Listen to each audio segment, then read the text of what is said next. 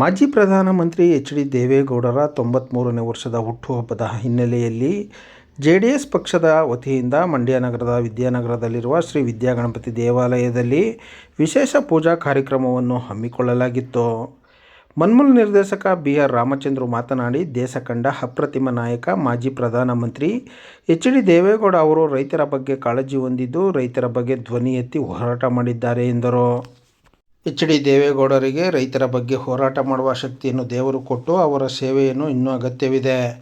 ಅವರಿಗೆ ದೇವರು ಆಯುಷ್ಯ ಆರೋಗ್ಯವನ್ನು ಕರುಣಿಸಲಿ ಎಂದರು. ಒಂದು ಶುಭ ದಿನ. ನಿಮ್ಮೆಲ್ಲರ ನೆಚ್ಚಿನ ನಾಯಕರು, ರೈತರ ಬಗ್ಗೆ ಒಂದು ಕಾಳಜಿಯನ್ನು ವಹಿಸಿ ರೈತರ ಬಗ್ಗೆ ಹೋರಾಟವನ್ನು ಮಾಡ್ಕೊಂಡು ಬಂದ ಇವತ್ತು ದೇಶ ಕಂಡಂಥ ಮಾಜಿ ಪ್ರಧಾನಮಂತ್ರಿಗಳು, ನಮ್ಮೆಲ್ಲರ ದೇವರು ಅಂತ ಆಗಿರುವಂಥ ದೇವೇಗೌಡ ಅಪ್ಪಾಜಿಯವರ ಒಂದು ಹುಟ್ಟುಹಬ್ಬದ ಪ್ರಯುಕ್ತ ಇವತ್ತು ಗಣಪತಿ ದೇವಸ್ಥಾನದಲ್ಲಿ ನಮ್ಮ ಜಿಲ್ಲಾಧ್ಯಕ್ಷರು ರಮೇಶ್ ಅಣ್ಣವರು, ಹಾಗೆ ನಮ್ಮ ನಾಗೇಶ್ ಅಣ್ಣವರು, ಎಲ್ಲ ನಗರಸಭಾ ಸದಸ್ಯರು, ಮುಖಂಡರು, ಎಲ್ಲ ನಮ್ಮ ಕಾರ್ಯಕರ್ತ ಬಂಧುಗಳು ಹಾಗೂ ದೇವೇಗೌಡ ಅಪ್ಪಾಜಿಯವರ ಅಭಿಮಾನಿಗಳು ಇವತ್ತು ಸೇರಿ ದೇವರಲ್ಲಿ ನಮ್ಮ ದೇವೇಗೌಡ ಅಪ್ಪಾಜಿಯವರಿಗೆ ಆಯಸ್ಸು ಆರೋಗ್ಯವನ್ನು ಕೊಟ್ಟು ಕಾಪಾಡಲಿ, ಮುಂದೆ ನಮ್ಮ ರೈತರಿಗೆಲ್ಲ ಹೋರಾಟ ಮಾಡುವಂಥ ಶಕ್ತಿಯನ್ನು ಕೊಡಲಿ ಅವರಿಗೆ ಅಂತ ದೇವರಲ್ಲಿ ಪ್ರಾರ್ಥನೆ ಮಾಡಿ ಇವತ್ತು ಪೂಜೆ ಸಲ್ಲಿಸಿದ್ವಿ. ಅವರಿಗೆ ಹುಟ್ಟುಹಬ್ಬದ ಶುಭಾಶಯಗಳನ್ನು ನಮ್ಮೆಲ್ಲರ ಮುಖಾಂತರ ನಾವು ಅವರಿಗೆ ಸಲ್ಲಿಸ್ತಾ, ಹಾಗೆ ದೇವರಲ್ಲಿ ಮತ್ತೊಮ್ಮೆ ನಾವು ಎಲ್ಲ ದೇವರಲ್ಲಿ ಪ್ರಾರ್ಥನೆ ಮಾಡ್ತೀವಿ. ಅವ್ರಿಗೆ ದೇವೇಗೌಡ ಅಪ್ಪಾಜಿಯವರಿಗೆ ಆಯಸ್ಸು ಆರೋಗ್ಯವನ್ನು ಕೊಟ್ಟು ಕಾಪಾಡಲಿ ಅಂತ ನಾವು ಬಯಸ್ತೀವಿ. Thank you. ಜೆಡಿಎಸ್ ಜಿಲ್ಲಾಧ್ಯಕ್ಷ ಡಿ. ರಮೇಶ್ ಮಾತನಾಡಿ, ರೈತಾಪಿ ವರ್ಗಗಳಿಗೆ ಹಾಗೂ ಜೆಡಿಎಸ್ ಕಾರ್ಯಕರ್ತರಿಗೆ, ಮುಖಂಡರಿಗೆ ಶುಭ ದಿನವಾಗಿದ್ದು, ದೇಶವನ್ನಾಳಿದ ಹಿರಿಯ ಮುತ್ಸದ್ದಿ, ಎಲ್ಲರಿಗೂ ಬೇಕಾಗಿದ್ದ ವ್ಯಕ್ತಿ ಯಾರು ಎಂದರೆ ಎಚ್ ಡಿ ದೇವೇಗೌಡರು ಎಂದು ಹೇಳಿದರು. 92 ವಸಂತಗಳನ್ನು ಪೂರೈಸಿ 93ನೇ ವಸಂತಕ್ಕೆ ಪದಾರ್ಪಣೆ ಮಾಡುತ್ತಿರುವ ಎಚ್ ಡಿ ದೇವೇಗೌಡರಿಗೆ ದೇವರು ಆರೋಗ್ಯ ಆಯುಷ್ಯ ಕರುಣಿಸಲಿ ಎಂದರು. ನಮ್ಮೆಲ್ಲರಿಗೂ ವಿಶೇಷವಾಗಿ ರೈತಾಪಿ ವರ್ಗಗಳಿಗೆ, ಅದರಲ್ಲೂ ಜಾತ್ಯ ಜನತಾದಳದ ಕಾರ್ಯಕರ್ತರಿಗೆ, ಮುಖಂಡರುಗಳಿಗೆ, ದೇವೇಗೌಡರು ಕುಮಾರರ ಅಭಿಮಾನಿಗಳಿಗೆ ಶುಭ ದಿನ ಇವತ್ತು.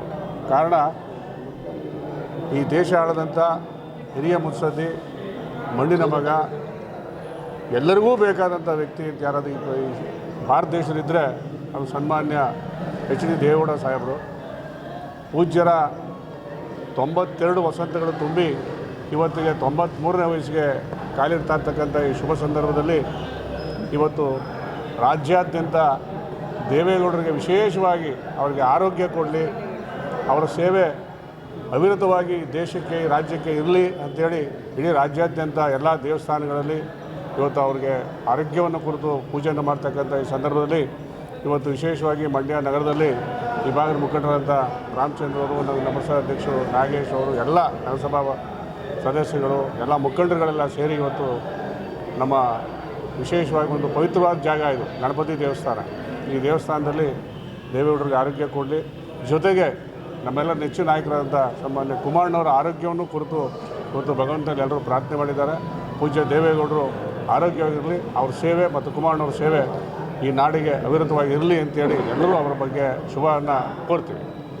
ನಗರಸಭೆ ಅಧ್ಯಕ್ಷ ಎಂ. ಇ. ನಾಗೇಶ್ ಮಾತನಾಡಿ, ದೇಶ ಕಂಡ ಮಾಜಿ ಪ್ರಧಾನಮಂತ್ರಿ ಎಚ್ ಡಿ ದೇವೇಗೌಡ ಅವರು ಪ್ರಪಂಚಕ್ಕೆ ಅತ್ಯುತ್ತಮವಾಗಿ ಹಾಗೂ ಎಲ್ಲರಿಗೂ ಬೇಕಾದವರು. ದೇವರು ಅವರಿಗೆ ಆಯುಷ್ಯ ಆರೋಗ್ಯ ಕೊಟ್ಟು ರೈತಾಪಿ ವರ್ಗಕ್ಕೆ ಅವರ ಸೇವೆ ಇನ್ನೂ ಹೆಚ್ಚು ಲಭಿಸಲಿ ಎಂದು ಶುಭ ಹಾರೈಸಿದರು.